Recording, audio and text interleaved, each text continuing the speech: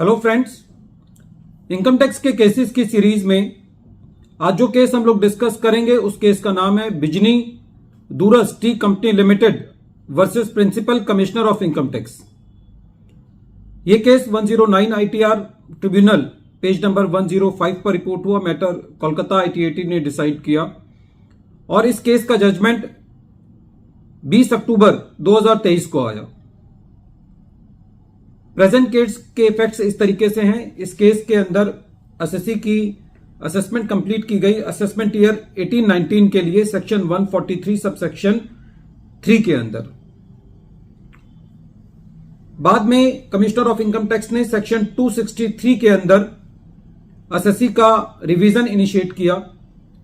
CIT का यह allegation था कि during the assessment proceedings assessing officer ने इस चीज की जांच नहीं की कि एसएससी की डिविडेंड डिस्ट्रीब्यूशन टैक्स की लायबिलिटी बनती है 90 लाख रुपए के डिविडेंड पर। सेक्शन 143 सबसेक्शन 3 की जो असेसमेंट है वो सेक्शन 4 के अंदर जो टैक्स लायबिलिटी बनती है एसएससी की वो सेक्शन 143 सबसेक्शन 3 के अंदर बनती है। यदि एसएससी के ऊपर डिपार्टमेंट ने डिविडेंड डिस्ट्रीब्यूशन टैक्स की कोई लायबिलिटी निकालनी है तो इसके लिए अलग से पूरा एक कोड दिया हुआ है। Section 115J, AA, 115O, 115P और 115Q। यदि एसएससी के ऊपर कोई डिविडेंड डिस्ट्रीब्यूशन टैक्स की लायबिलिटी जो एसएससी ने अपने आप पे नहीं की तो डिपार्टमेंट इन सेक्शंस के अंदर उसका एक अलग ऑर्डर पास करके उसकी लायबिलिटी को कैलकुलेट करेगा। जब 263 की रिवीजन इनिशिएट की गई तो एसएससी ने यह बात सामने रखी कि during the assessment proceedings SSC का कोई लॉन्ग टर्म कैपिटल लॉस था जो कि एसएससी ने गलती से लॉन्ग टर्म कैपिटल गेन से भी सेट ऑफ कर दिया और शॉर्ट टर्म कैपिटल गेन से भी सेट ऑफ कर दिया।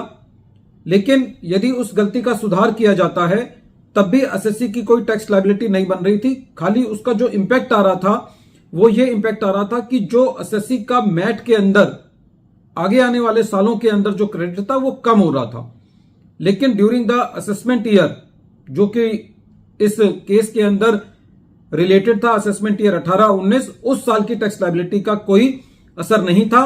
इसलिए एसएससी का यह कहना था कि इस ग्राउंड पर भी एसएससी का ऑर्डर ये नहीं कहा जा सकता कि order prejudicial to the interest to the revenue है।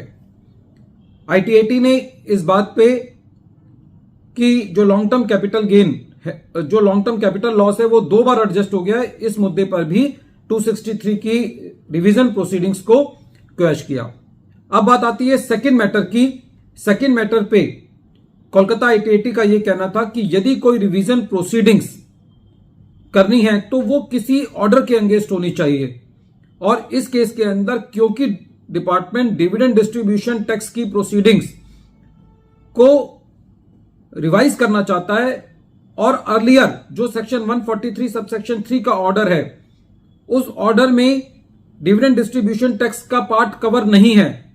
और क्योंकि कानून यह है कि यदि जब तक डिविडेंड डिस्ट्रीब्यूशन टैक्स का सेपरेट ऑर्डर सेक्शन 115 के मुताबिक नहीं किया जाएगा 115J AA, 115O, 115P, 115Q तब तक जब तक ये ऑर्डर नहीं होगा उसको रिवाइज नहीं किया जा सकता। कहने का मतलब ये है कि प्रेजेंट केस के अंदर जो सीआईटी ने 263 के अंदर सेक्शन 143 सबसेक्शन 3 के ऑर्डर को रिवाइज करने के लिए प्रोसीडिंग्स इनिशिएट करी वो इलीगल है क्योंकि सेक्शन 143 सबसेक्शन 3 के अंदर एओ के पास ये पावर नहीं है कि वो डिविडेंड डिस्ट्रीब्यूशन टैक्स की लायबिलिटी निकाले। तो ITAT का यह कहना था कि किसी ऑर्डर को रिवाइज करने के लिए यह एज्यूम किया जाता है कि पहले ऑर्डर हो। क्योंकि डिविडेंड डिस्ट्रीब्यूशन टैक्स का ऑर्डर पास नहीं किया गया इसलिए 143 सबसेक्शन 3 के अंदर उसको रिवाइज करके वो उस ऑब्जेक्टिव को अचीव नहीं किया जा सकता। फ्रेंड्स, ये केस बहुत इंपॉर्टेंट है क्योंकि आज के टाइम में रिवीजन ऑर्डर्स काफी देखने को मिलते हैं।